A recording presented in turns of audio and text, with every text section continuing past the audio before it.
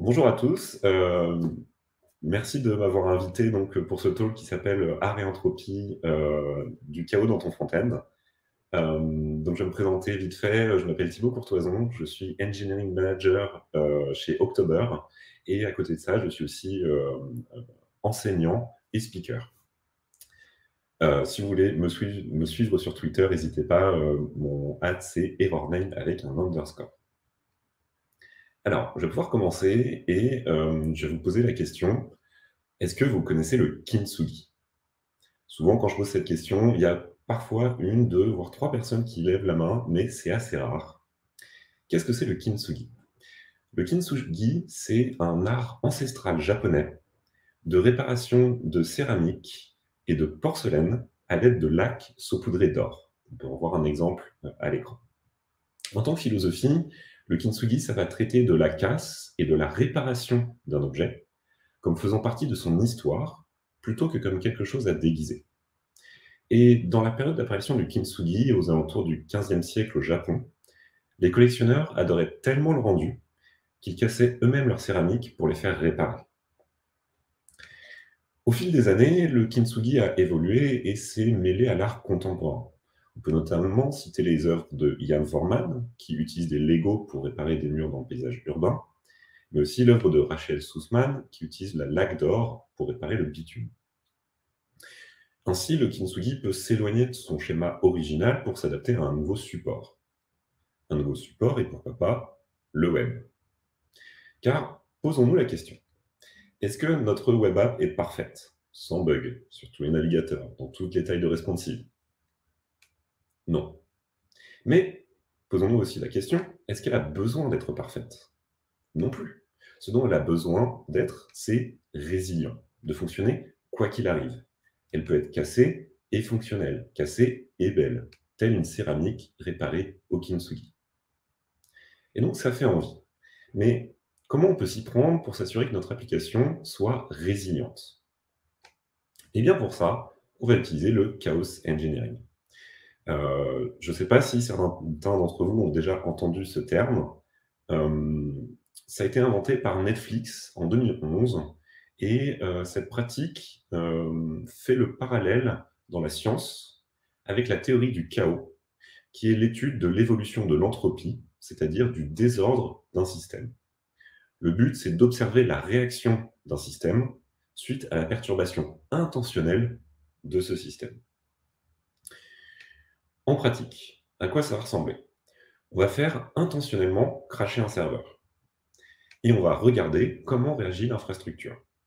Va-t-elle faire passer des requêtes sur d'autres serveurs? Va-t-elle redémarrer un serveur et rediriger le trafic? En combien de temps? Pour faire simple, on pète des trucs et on regarde. L'intérêt, c'est qu'au lieu d'attendre que ça pète pour vérifier que l'infrastructure tiendra le coup, eh bien, on le fait nous-mêmes. Et on s'améliore comme ça en apprenant comment notre infrastructure réagit au chaos. Et là où ça atteint le next level, c'est que Netflix, eh bien, ils font ça en production. Ils pèlent leur infrastructure régulièrement jusqu'à plusieurs fois par jour pour vérifier que tout fonctionne bien. Et ça les a poussés à mettre en place des process de restauration automatisés super évolués, à un point qu'ils sont capables de redémarrer des régions entières dans l'infrastructure en quelques secondes à peine, sans intervention humaine.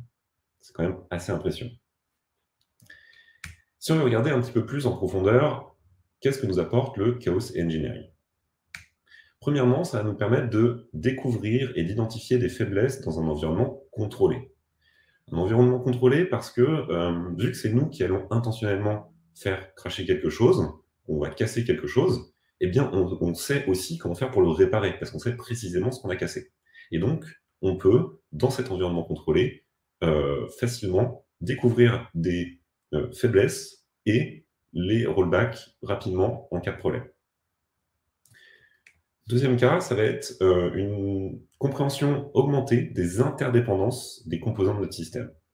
Et pour ça, je vais vous donner un exemple qui est arrivé chez nous, chez October, il y a à peu près un an. On utilisait donc on a un serveur chez nous qui s'appelle Engine, qui est un peu legacy et qui nous permet de faire pas mal de choses. Par exemple, ça va nous permettre de générer des PDF pour des contrats. Ça va aussi nous permettre de gérer de la GeoIP. Donc la GEIP, c'est on envoie une adresse IP et le serveur nous renvoie une localisation approximative de cette adresse IP. L'intérêt pour nous, c'est que d'un point de vue sécurité, si un utilisateur tous les jours se connecte depuis la France et que le lendemain, il va se connecter depuis la Corée du Nord, on va peut-être se poser quelques questions. Donc, on a ce serveur-là. Donc, voilà, il fonctionne bien, pas de souci. Et un jour, en production, eh bien, on s'est rendu compte que tous nos utilisateurs n'avaient plus à se connecter. Donc là, on s'est quand même posé des questions, qu'est-ce qui se passe, etc. Et on s'est rendu compte que ce serveur-là, Engine, était down. Donc, ce serveur-là qui fait des choses pas forcément très utiles, enfin très importantes, générer des PDF, faire de la GEIP, était down. Et à cause de ça, eh bien, nos utilisateurs n'arrivaient plus à se connecter. Donc, on est allé chercher un petit peu plus loin et on s'est en fait rendu compte que eh bien, chaque composant de notre infrastructure était bien testé. Notre app, notre API, notre engine. Sauf que on avait testé qu'est-ce qui se passe si on a un cas de succès, donc Engine nous renvoie les bonnes informations. Qu'est-ce qui se passe si on a un cas d'erreur? Il nous renvoie une 500, une 400, etc. En fait, on n'avait jamais testé qu'est-ce qui se passe si le serveur ne nous répond pas. Et ça, c'est quelque chose on s'était jamais dit, ah tiens, oui, ça pourrait être intéressant de tester ça. Et en fait, à chaque fois qu'un utilisateur essayait de se connecter, on faisait un appel synchrone vers Engine qui ne répondait pas. Et on s'est en plus rendu compte qu'on n'avait pas mis de timeout sur ces requêtes. Et donc, on avait un pool de requêtes HTTP qui commençait à grossir, et on s'est auto-DDoS. Et donc, pourquoi je vous parle de cet exemple-là? C'est parce que si on avait fait du chaos engineering et qu'on s'était dit un jour, ah tiens, qu'est-ce qui se passe si genre, on pète notre infrastructure et hop, Engine, il répond plus, eh bien, on aurait compris les dépendances fortes entre nos systèmes et on aurait pu mettre en place des choses pour s'assurer que ça ne se reproduise plus. Point suivant, pour le chaos engineering, ça va nous permettre de construire de la confiance dans nos capacités, dans les capacités de nos systèmes à affronter des conditions réalistes. Comme je vous en parlais plus tôt, on avait bien fait des tests pour s'assurer que Engine, si jamais il y avait des erreurs, etc. Mais c'est vraiment en faisant du chaos engineering et qu'on pète réellement notre infrastructure qu'on va voir des conditions réalistes et voir le problème. Et au niveau de la confiance, eh bien, ça, c'est quelque chose que le chaos engineering peut apporter aussi, c'est que, est-ce que vous préférez attendre d'être appelé un dimanche matin à 7h du mat parce que votre application est down, ou est-ce que vous préférez la casser vous-même un mardi en début d'après-midi, voir qu'il y a un problème, le réparer tout de suite parce qu'on est toujours dans un environnement contrôlé, et mettre en place des choses pour que ça n'arrive pas le dimanche matin à 7h. Et enfin, dernier point, eh bien, ça va forcer l'implémentation de Disaster Recovery Protocol. Donc un Disaster Recovery Protocol, c'est les protocoles je ne sais plus en français, de recover de désastre, qui va nous permettre de s'assurer que si jamais il y a un problème, genre votre base de données est totalement corrompue, que vos serveurs sont totalement down, que, je sais pas, un hébergeur est en feu ou quelque chose comme ça, eh bien, vous êtes capable très rapidement d'avoir un protocole qui explique, OK, il faut faire ça, ça, ça, ça et ça pour revenir à un état normal de fonctionnement de votre production.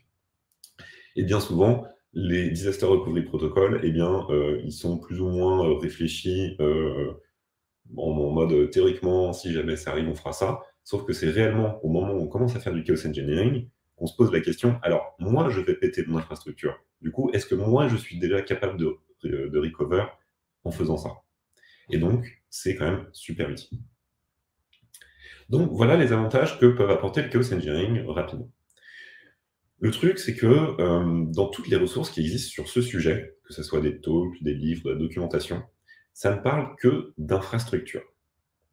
Et donc un jour, je me suis posé la question, et pourquoi on ne pourrait pas l'appliquer, cette philosophie du chaos engineering, cette fois-ci sur le front-end? Car vous avez beau avoir une infrastructure ultra résiliente, avec des load balancers dans tous les sens, de la redondance, etc. Si votre front-end est buggé, l'utilisateur, il s'en fiche. Toute son expérience sur votre application sera négative.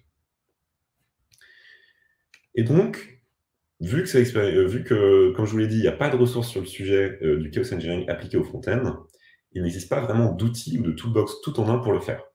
Et donc, ce que je vais vous présenter là, c'est vraiment expérimental. On va voir ensemble jusqu'où on va pouvoir pousser le concept. Si on revient sur les bases du chaos engineering, en pratique, il faut se rappeler que donc c'est une expérience et elle va s'appliquer en 4 étapes. La première étape, ça va être de définir l'état nominal de notre système. Dans le cas de Netflix, ça va être notre utilisateur est capable de se connecter à Netflix, est capable de regarder le dernier épisode de The Witcher, par exemple. Deuxième étape, on va émettre une hypothèse de continuité de l'état nominal durant l'expérience.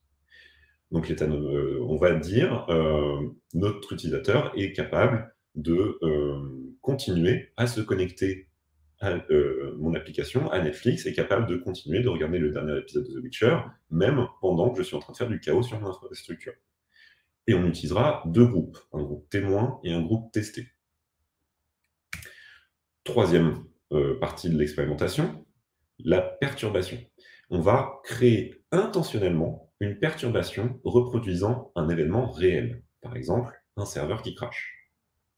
Et enfin, la dernière étape, très importante aussi, c'est on va comparer les états de nos 2 groupes et essayer de réfuter l'hypothèse émise plus tôt. On va essayer de prouver que la perturbation a fait que nos utilisateurs n'étaient plus capables de se connecter à Netflix, les utilisateurs n'étaient plus capables de regarder le dernier épisode de The Witcher. Et si on a réussi à prouver, à réfuter l'hypothèse émise plus tôt de continuité, eh bien on vient de prouver qu'il y a un problème dans notre infrastructure qu'il va falloir gérer. Et donc, notre but dans ce talk, ça va être d'appliquer cette expérience de chaos engineering, mais cette fois-ci au front-end. Pour les étapes 1, 2 et 4, ça ne change pas trop du chaos engineering classique. Et donc, je vais plutôt vous parler de l'étape 3 et de comment on peut créer des perturbations dans le front-end. On va donc voir certaines zones de perturbation. La première zone de perturbation la plus fréquente, ça va être tout ce qui est lié aux requêtes HTTP. Donc ça va être sur des réseaux 3G lents, ça va être sur des Wi-Fi instables, sur des CDN qui ne vont pas répondre, etc. En perturbation du monde réel, ça va se voir par des réponses HTTP très lentes, voire même pas de réponse du tout. Par exemple, le cas d'Engine dont je vous parlais un peu plus tôt. Et bien nous, ce qu'on va vouloir faire en perturbation intentionnelle, ça va être, on va proxifier XHR et Fetch, qui sont des API JavaScript, et on va manuellement ralentir ou mettre en erreur des requêtes. Et en faisant ça, eh bien, on va permettre de tester donc cette perturbation et voir comment réagit notre application. Je vais vous faire un exemple aussi en quoi ça va permettre de tester. Pour ça, on va aller sur GitHub. Donc GitHub, j'imagine que la plupart d'entre vous connaissent, ça va permettre d'héberger du code pour collaborer ensemble pour améliorer le code. Si je regarde les requêtes network qui sont faites par GitHub, je peux voir qu'il y a pas mal de requêtes qui sont faites, et notamment tout le JavaScript et CSS viennent du site github.githubassets.com. Je peux en déduire que c'est leur CDN, Content Delivery Network, qui leur permet de fournir le JavaScript et le CSS très rapidement à tout le monde, partout sur la planète. Et donc, on va se poser la question, qu'est-ce qui se passe si le CDN ne fonctionne plus? Dans la plupart des applications modernes qui sont encore en single page application et qui ne font pas de server-side rendering, si on arrête de servir le JavaScript ou le CSS, très souvent, on va avoir une page blanche. On va regarder ce que ça donne pour GitHub. Pour ça, directement dans Chrome, on peut tester en faisant un clic droit et block request domain. En faisant ça, maintenant, je viens de bloquer tous les calls à githubassets.com. Et je vais rafraîchir ma page. Qu'est-ce qui se passe? Eh bien, on se rend compte de 2 choses. Première chose, c'est très moche.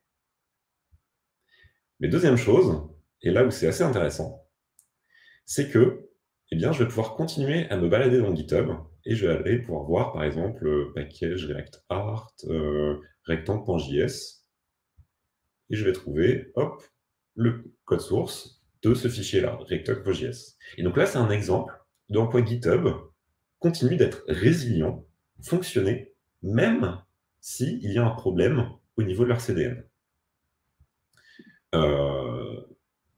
Après, il y a des moyens d'améliorer ça, dans le sens où on peut se rendre compte que sans CSS, sans CSS, eh bien, c'est très moche. Ils pourraient, par exemple, dans leur fichier HTML qui est envoyé, mettre une centaine de lignes de CSS, par exemple, ça reste peu, ça pose pas trop de problèmes, mais rien que rajouter ces lignes de CSS directement dans le header de leur HTML, eh bien, on peut avoir un minimum de style sur cette page qui rendrait la page encore plus résiliente en cas de problème de CDN.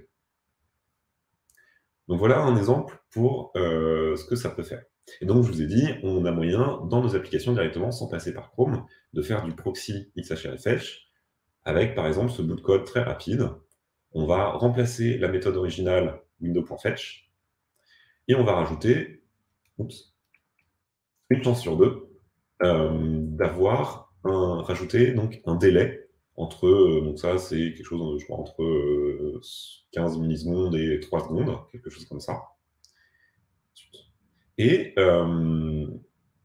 on a aussi une chance sur 100 de mettre complètement la requête en erreur. Donc là, c'est un petit bout de code très rapide, et on pourrait imaginer tester des vraies erreurs HTTP qui renvoient des codes 500, 401, etc. Et en faisant ça, eh bien, de manière aléatoire, de manière chaotique, on va pouvoir tester que dans notre application, si jamais il y a des erreurs, eh bien, on puisse avoir quelque chose qui, un processus qui s'assure que, eh bien, on affiche l'erreur à l'utilisateur. On a peut-être un retry 100 millisecondes après, pour s'assurer que parfois, effectivement, il y a des requêtes qui ne fonctionnent pas. Ça arrive, surtout quand on est sur un réseau Wi-Fi mauvais, dans le train, etc. Eh bien, notre application, elle peut peut-être réessayer la requête un petit peu après pour vérifier que tout fonctionne. Donc ça, c'est un exemple de choses qu'on peut faire, de perturbations manuelles qu'on peut faire pour les requêtes HTTP. Deuxième zone de perturbation que j'aime beaucoup, c'est la localisation. Au niveau de la localisation, c'est tout ce qui est lié à l'internationalisation, quand on est dans plusieurs pays, avec tout ce qui est langage qui se lise de droite à gauche, avec les polices de caractères, avec l'espacement, etc., etc. Et donc pareil, on peut voir des perturbations du monde réel, avec les langages qui se lisent de droite à gauche, mais aussi les langages verbeux. Qu'est-ce qu'on entend par un langage verbeux? Imaginons que votre designer vous présente une maquette avec ce bouton-là, et il vous dit, donc là c'est un bouton, je crois qu'il vient de l'application Duolingo, et on vous dit, tiens, vas-y, développe-moi ce bouton, il faut qu'il soit là, etc., avec clic, clic, clic. Donc moi, développeur qui, la plupart du temps, va développer en anglais, je vais développer ce bouton-là, et je vais me dire, ah oui, tiens, ok, taille du bouton, en hauteur, il va faire 50 pixels, en largeur, il va faire 300 pixels, nickel, il est magnifique, je suis très fier de moi, hop, j'envoie en production. Sauf que, eh bien, j'ai oublié que mes utilisateurs, ils ne sont pas tous en anglais, parce que mon application va être disponible dans plein de langues différentes. Et ce même bouton-là, en anglais, eh bien, si je le mets en roumain, il va ressembler à ça. Pourquoi? Parce que j'ai fixé la taille de mon bouton en anglais, pour du texte anglais. Et donc, si le texte est beaucoup plus grand, s'il est beaucoup plus verbeux, eh bien, j'ai un problème. Et le souci, c'est que moi, en tant que développeur, je ne vais pas tester toutes les langues. Et donc, ça peut poser un problème. Donc là, c'est un exemple. Bon, effectivement, j'ai pris anglais ou roumain, donc il y a des différences assez importantes. Chez October, on a une application qui est disponible dans 6 langages différents. L'anglais, le néerlandais, l'espagnol, italien, français, allemand. Et je me suis posé la question, est-ce qu'il y a des grosses différences entre les différentes langues? Et donc, j'ai pris toutes nos locales de notre application et j'ai calculé un ratio de différence en me basant sur l'anglais. Donc, l'anglais a un ratio de 1. Le néerlandais, je me suis rendu compte qu'il y avait un ratio de 1,10. C'est-à-dire qu'il y a 10% de caractères supplémentaires pour exprimer la même chose entre l'anglais et le néerlandais. Pour l'espagnol, c'est 1,12, donc 12% de plus, italien 13% de plus, français 16% de plus, et allemand 19% de plus. Donc en moyenne, si pour une phrase en anglais, ça prend 100 caractères, eh bien en allemand, ça prendra 119 caractères. ce qui est quand même assez important. Et ça, c'est une moyenne. Et donc, j'ai voulu aller plus loin et j'ai voulu chercher la plus grosse différence qu'on avait dans notre application entre l'anglais, enfin, donc, entre toutes nos langues. Et cette plus grosse différence, je l'ai trouvée sur ID card. Donc, ID card, carte d'identité. En anglais, donc, ID card, ça représente 7 caractères. Ensuite, en néerlandais, on a ID card.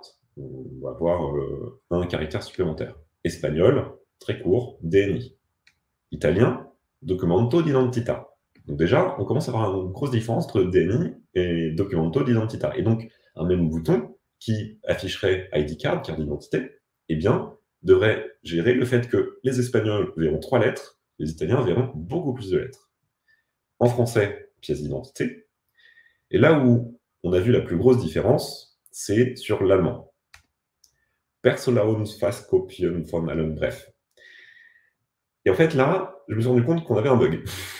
En fait, ici, on ne demande pas la pièce d'identité, on demande la pièce d'identité de tous les associés de l'entreprise qui possèdent au moins 25% directement ou indirectement des parts de l'entreprise. C'était un problème assez important et donc je me suis rendu compte que, eh bien, heureusement, on n'avait pas de bouton avec carte d'identité, pièce d'identité, mais si jamais on en avait un, eh bien, les Allemands, ils voyaient ça depuis je ne sais pas combien de temps. Donc bon, je me suis rendu compte qu'il y avait ce problème en production, j'ai corrigé ça, ok, crise évitée. Et j'ai cherché la deuxième vraie plus grosse différence.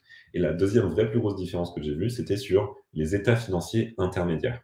Mais là encore, on a des grosses différences entre le néerlandais qui fait presque 35 caractères et les Allemands qui, cette fois-ci, vont beaucoup plus concis, 3 lettres, BWA.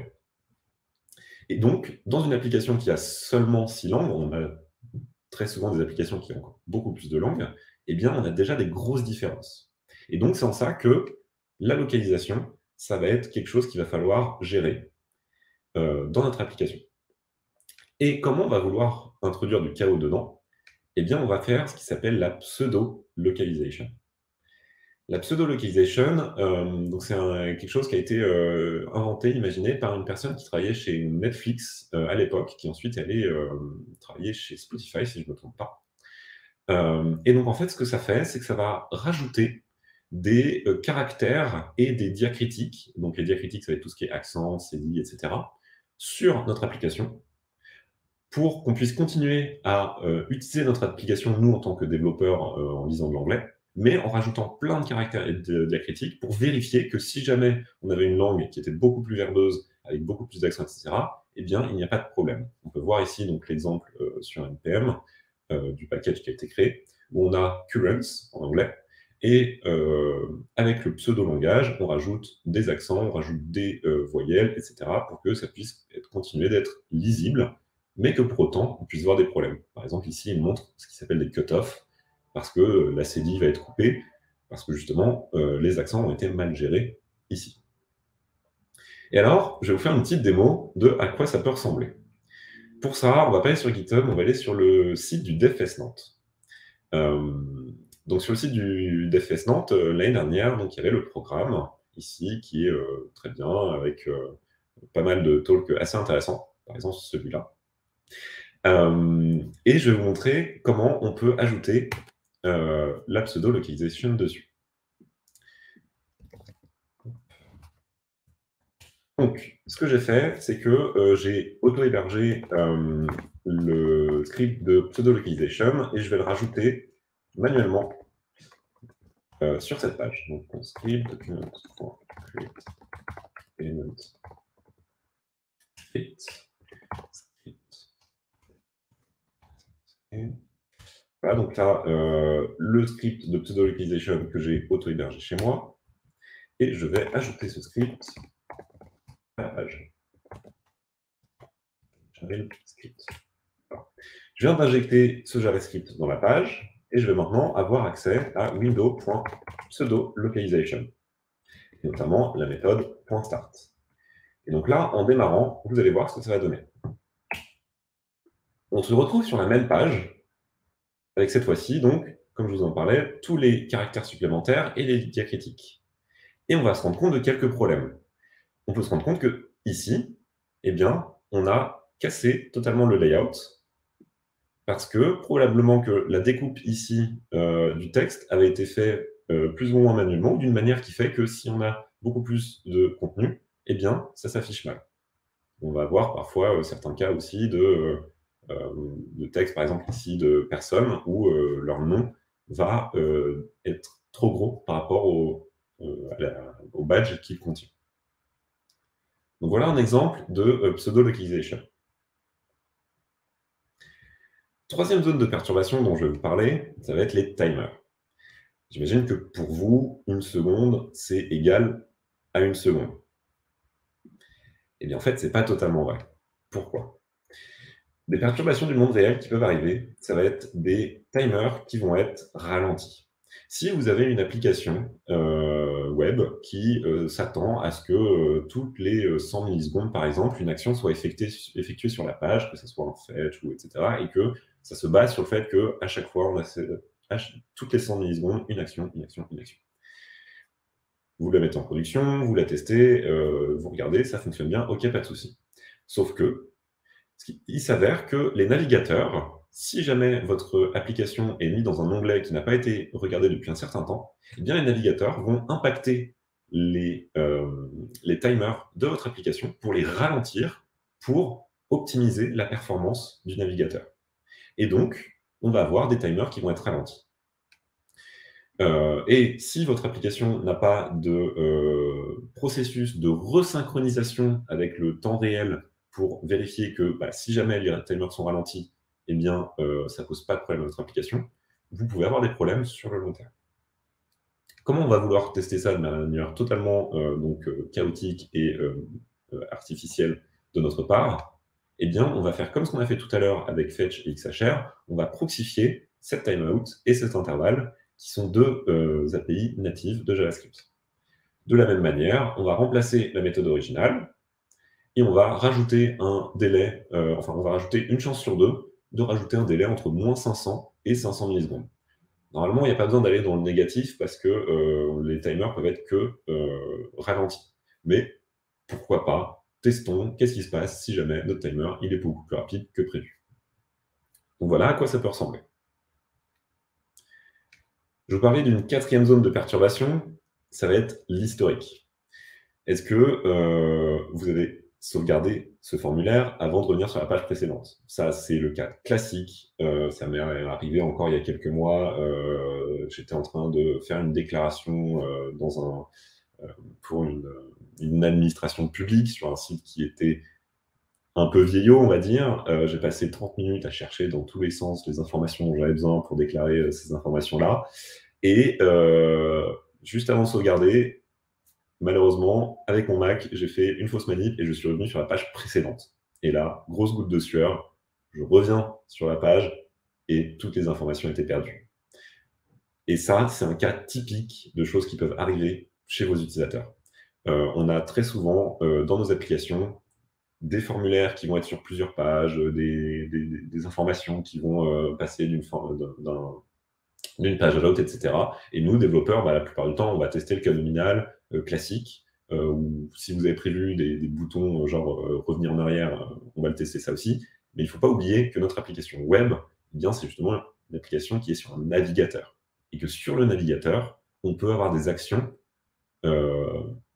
impromptues du style l'utilisateur revient sur la page précédente, puis retourne sur la page suivante, etc.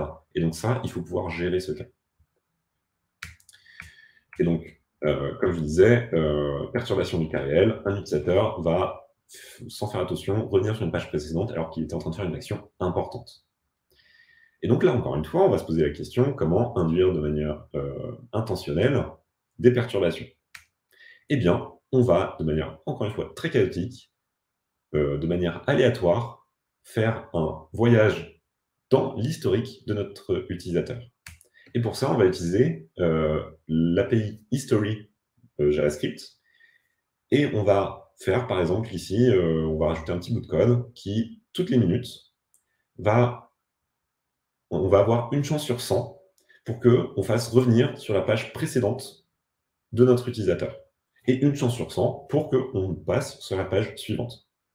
Et donc avec ça, eh bien, on va s'assurer que si jamais dans notre application, l'utilisateur il revient en arrière, et bien là, si jamais c'est pas prévu, l'utilisateur il va s'en rendre compte. Et donc ça, c'est encore une fois de manière chaotique, on casse. Je vais vous parler de 3 dernières petites zones de perturbation qui sont assez sympas. Les clics. Encore une fois, sur le côté formulaire, imaginons que vous avez un formulaire, par exemple de checkout pour commander un item sur votre site de e-commerce, par exemple. Vous avez un bouton « Je valide la commande » et ça déclenche le fait de payer la commande. Qu'est-ce qui se passe si votre utilisateur, eh bien, il double-clique sur ce bouton? Est-ce que vous avez prévu ce cas? Est-ce que ça va créer 2 commandes? Est-ce que ça va le débiter 2 fois? Est-ce que bref, est-ce que ça va casser l'état de votre application, etc. Eh bien ça, c'est quelque chose qui est arrivé très, très, très souvent. L'exemple classique, ça va être mes parents qui sont pas très ordinateurs et qui double-cliquent sur quasiment tout ce qu'il se passe. Et donc ça, encore une fois, on va pouvoir le tester de manière chaotique avec ce petit bout de code. Ce petit bout de code, qu'est-ce qu'il fait? Il va ajouter un event listener sur clic. Il va vérifier est-ce que le clic vient de notre utilisateur. Et si c'est le cas, eh bien on va simuler un second clic sur exactement le même élément avec un délai de 100 millisecondes.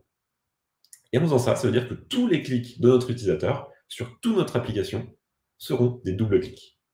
Et là, je peux vous assurer que s'il y a un endroit où vous n'avez pas géré ce cas-là, votre utilisateur, il le trouvera. Deuxième cas, ça va être, zone de perturbation, ça va être l'accessibilité. L'accessibilité qui est toujours très important. Et ici, on peut tester un cas particulier de l'accessibilité, ça va être de gérer le daltonisme, avec la possibilité de transformer notre application en noir et blanc. Et ça, c'est très très simple. On peut utiliser une règle CSS, filter, grayscale 100%. Et pour ça, je vais encore vous faire une petite démo, cette fois-ci sur le programme du Devoxx. Donc le programme du Devoxx, qui était donc le 21 avril dernier, on peut voir que il y avait plusieurs événements ici. Donc on avait la keynote du Devoxx, on avait ici des conférences, on avait des ateliers, Bird of Feather, etc., etc. Qu'est-ce qui se passe si je transforme mon application en noir et blanc? Et bien c'est simple, je vais rajouter donc la règle CSS, filter, grayscale 1, équivalent à grayscale 100%, et je viens de transformer mon application en noir et blanc.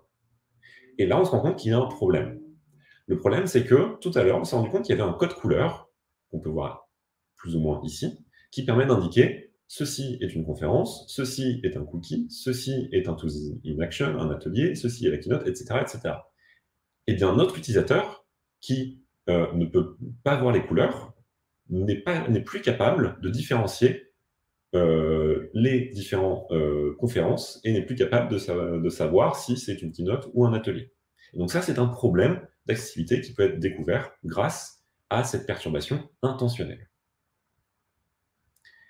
Et enfin, dernière zone de perturbation, ça va être les viewports. Donc ça, les viewports, ça peut être quelque chose, c'est-à-dire que notre application, nous, développeurs, très souvent, on va l'utiliser avec notre ordinateur, notre écran qui fait pile cette taille-là, etc.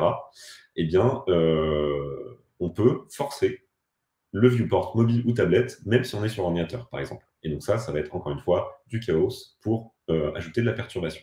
Et on va pouvoir voir, est-ce que bien mon application est toujours fonctionnelle? Est-ce qu'il y a des parties qui font que, en fait, c'était pas du tout responsive, etc. et que mon utilisateur sur mobile n'est pas capable de faire cette action. Donc voilà toutes les zones de perturbation qu'on peut avoir dans le chaos engineering en front-end. Mais maintenant, j'imagine que vous êtes un peu comme ça. C'est-à-dire que je vous ai présenté plein de zones de perturbation et vous devez être en train de vous dire il est sympa Thibaut, mais maintenant, comment je le mets en place dans mon entreprise? Comment je le mets en place ce chaos engineering? Eh bien, tout à l'heure, je vous ai menti. Je vous ai dit qu'il n'y avait pas d'outils ou de toolbox tout en un pour faire ça. Il s'avère que après la première fois où j'ai donné cette conférence, on m'a fait la remarque, justement, cette remarque-là, de c'est cool ce que tu me présentes, mais je ne vois pas comment le mettre en place dans mon entreprise de manière simple. Et donc, j'ai créé pour vous Chaos Frontend Toolkit. Chaos Frontend Toolkit, c'est une extension navigateur qui va vous permettre de reproduire tout ce que je vous ai montré jusqu'ici, toutes les expériences, toutes les perturbations, sur n'importe quel site internet. C'est donc une extension navigateur, mais c'est aussi une librairie NPM open source.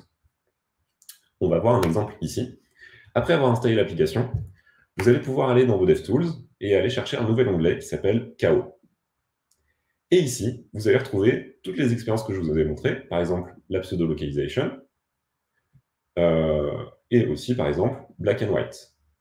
Et donc ça va vous permettre, en un seul clic, d'ajouter des perturbations intentionnelles sur votre application. Il y a aussi certaines que je ne vous ai pas présentées, par exemple ici, Gremlins, qui est un package NPM qui vient de Marmelab.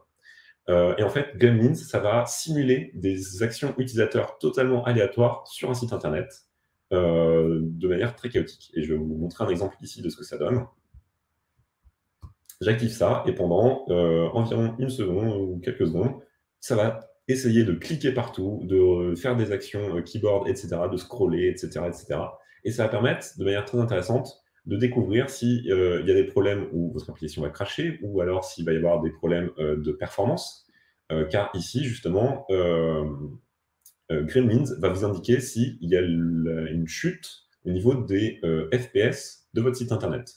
On peut voir que ici, par exemple, le framerate est passé de 60 à 15 pendant les actions utilisateurs. La plupart du temps, c'est pas très grave, mais parfois, il y a des boutons, effectivement, sur notre application qui vont lancer des actions très intensives et JavaScript étant du mono-threadé un peu synchrone, ça peut parfois avoir des impacts sur l'utilisation et donc l'UX de notre application. Donc voilà pour cette extension navigateur que vous pourrez, si vous le souhaitez, utiliser dans vos entreprises. Et donc, maintenant que je vous ai présenté tout ça et qu'en plus je vous ai donné cette extension, j'imagine vous voir un peu en mode super, c'est génial, je vais rentrer demain, je vais tester ça et je vais tout péter sur mes applications. Mais avant de vous laisser, j'avais envie de vous demander d'écouter les paroles de Tisaya De Vries. Hop, je vais mettre le son.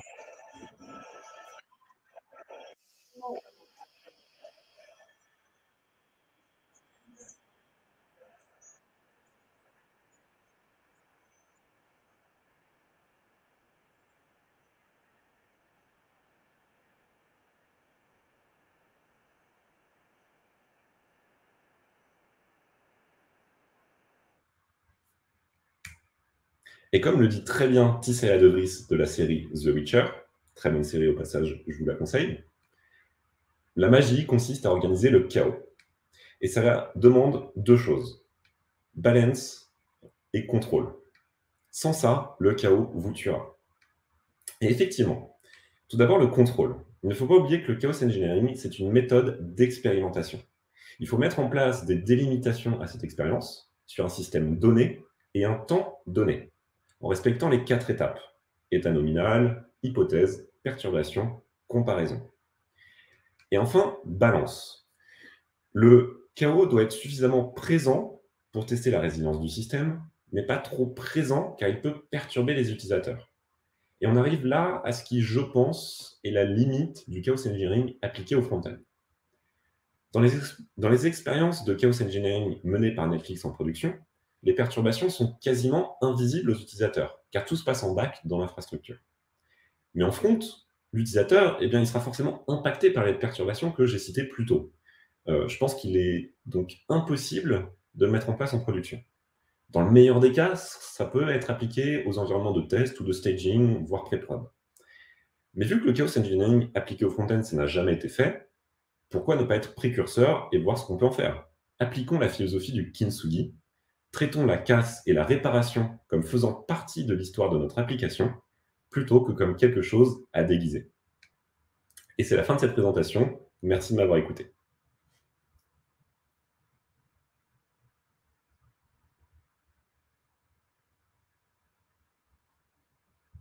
Alors, je ne sais pas s'il y a des questions sur la présentation.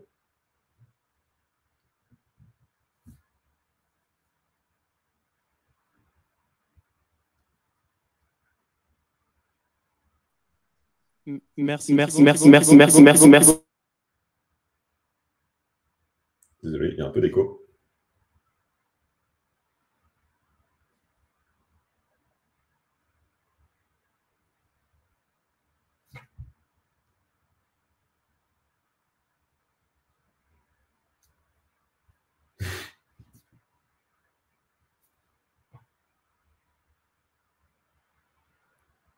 En tout cas, je vous remercie encore une fois de m'avoir invité à présenter au Last Friday Talk. Ça m'a fait très plaisir de vous partager ça.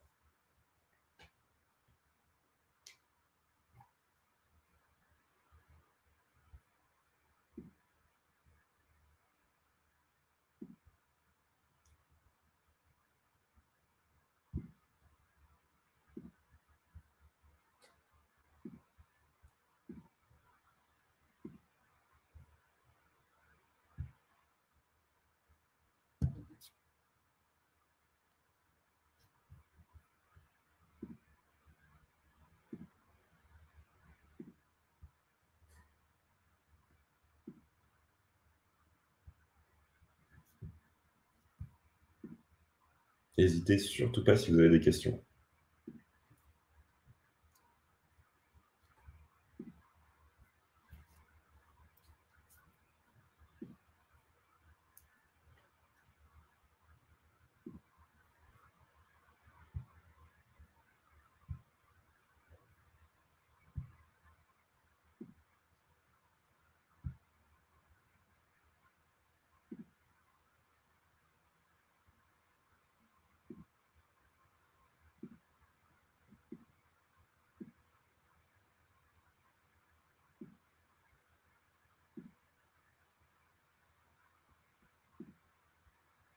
Ah, une première question. Tu nous as montré que tu as fait remonter un bug en testant. Tu en as fait remonter combien en haut? Bonne question. J'ai pas compté. J'avoue que là où j'ai remonté le plus de bugs, c'était avec l'accessibilité en justement mettant en noir et blanc. Chez October, on s'est rendu compte qu'il y avait des problèmes soit avec un code couleur qui en fait ne permettait pas donc en noir et blanc de détecter les différences, ou il y avait des problèmes au niveau du manque de contraste. Et deuxième chose où j'ai vu le plus de problèmes, c'était avec, pareil, la pseudo-localization qui permettait de voir que, eh bien, on avait pas mal d'endroits où on avait des tailles fixes et que dès que c'était plus gros, eh bien, ça posait parfois des problèmes qu'on ne se rendait pas forcément compte. Voilà. Mais après, je ne pourrais pas te dire le nombre exact, mais ouais, il y en a quand même quelques-uns que j'ai pu trouver grâce à ça. Question suivante. L'extension présentée, tu as des utilisateurs qui utilisent sur des applications réelles avec des retours où ils sont identifiés et corrigés de leur point. Très bonne question. L'extension présentée, au niveau stade, je sais qu'il y a environ 250 utilisateurs sur Chrome qui l'ont de manière active. Je ne sais pas si vous avez déjà fait des extensions navigateurs, mais donc il y a un dashboard développeur sur Chrome qui permet de voir l'utilisation de ces applications. Et donc, je sais qu'il y a au moins 250 utilisateurs qui l'ont. Après, dans l'utilisation réelle, j'ai eu des retours de certaines personnes que j'ai rencontrées en conférence qui ont vu ça, et ensuite que j'ai recroisé et m'ont dit « Ah tiens, j'ai utilisé ça dans ma startup, j'ai utilisé ça dans la boîte, et c'était vraiment très intéressant, je partageais ça aux collègues, on a trouvé des bugs, etc. » Après, je ne sais pas s'il y en a beaucoup, etc., mais je sais que j'ai eu au moins 2 retours d'entreprises pour lesquelles ça va permettre de détecter un problème. Tu vois un moyen d'automatiser ces tests en CI, par exemple? C'est une très bonne question, et une question qui revient très souvent quand je présente ce talk. À mon avis, il ne faut pas le faire. Donc c'est pour 2 raisons. Première raison, il y a beaucoup de choses qu'en fait une CI ne va pas pouvoir voir. Par exemple, l'accessibilité, la CI, elle ne va pas se rendre compte qu'il y a un problème au niveau du contraste. Elle ne va pas se rendre compte qu'il y a un problème que, en fait, on n'a pas pensé à un code couleur, etc. Parce qu'à partir du moment où on fait un test pour s'assurer qu'il n'y a pas de code couleur dans l'application, eh bien, en fait, on n'a pas besoin de chaos engineering pour nous le montrer. Et justement, je pense que en fait, le chaos engineering, c'est plus ça se rapproche plus de tests exploratoires. C'est-à-dire qu'en fait, c'est là pour te montrer qu'il y a un problème. Mais c'est pas là pour t'assurer qu'il n'y ait pas de régression. Dans le sens où tu vas faire des expériences de chaos engineering, tu vas voir qu'il y a un problème, et là, tu vas créer des tests pour s'assurer que ça ne se reproduise plus, et ces tests-là, hop, tu les mets dans ta CI. Mais le chaos engineering en lui-même, pour moi, au moins appliqué au front-end, c'est vraiment de l'exploratoire pour découvrir les problèmes, pas pour s'assurer qu'ils ne reviennent plus. Voilà. Comment prédis-tu ce que tu mets en chaos engineering? Je ne suis pas sûr de comprendre cette question-là. Je veux bien plus d'explications sur cette question-là.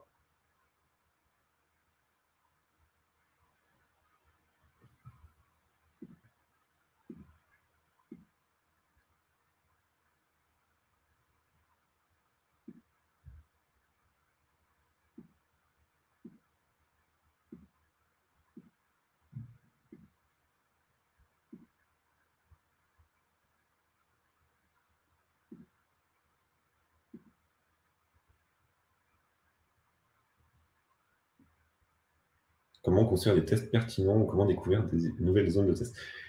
Bonne question. Je pense que notre imagination est la limite.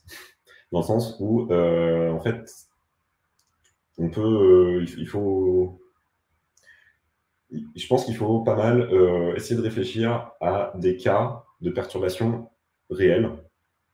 Et justement, le classique, il y a un problème avec ta Wi-Fi, il y a un problème avec ta taille d'écran, il y a un problème parce que justement, je suis dans une langue étrangère. Et donc ça, c'est des cas typiques où, en fait, quand on commence à échanger avec, même nous, avec notre expérience personnelle d'utilisateur d'applications mobiles, eh bien, on se rend compte que, ah oui, tiens, c'est marrant, il y a ce cas-là qui fait que ça a crashé là, ça fait ça, etc.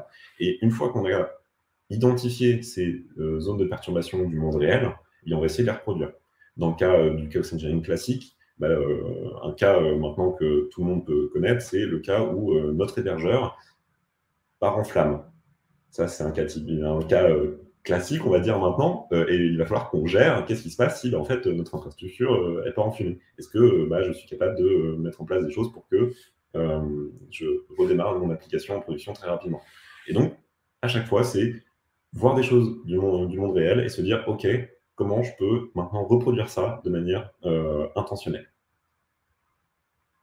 Voilà.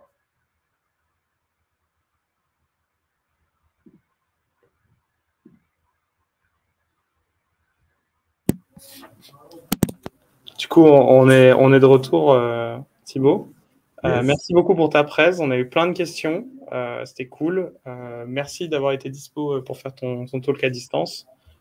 Et puis, j'espère que tu as pu profiter des conférences de la journée et que tu as pu apprécier aussi les conférences. Vous avez dû voir une bannière passer pour vous demander un avis. Est-ce que vous trouvez ça cool qu'on invite des speakers externes à nos LFT? On avait dans la team l'ambition d'inviter maximum une personne, un talk à chaque fois. N'hésitez pas à venir nous en parler ou en parler directement dans le channel Slack LFT, Event LFT, pour nous donner vos feedbacks là-dessus. Et puis, je rappelle à nouveau, il y a le formulaire Open Feedback pour le feedback sur chacune des confs. N'hésitez pas à aller le donner, parce qu'après, nous, on le partage aux speakers pour qu'ils puissent avoir des infos sur leur talk, etc. Encore merci Thibaut, et puis on bascule pour un autre talk dans quelques minutes. Merci beaucoup à vous. Ciao.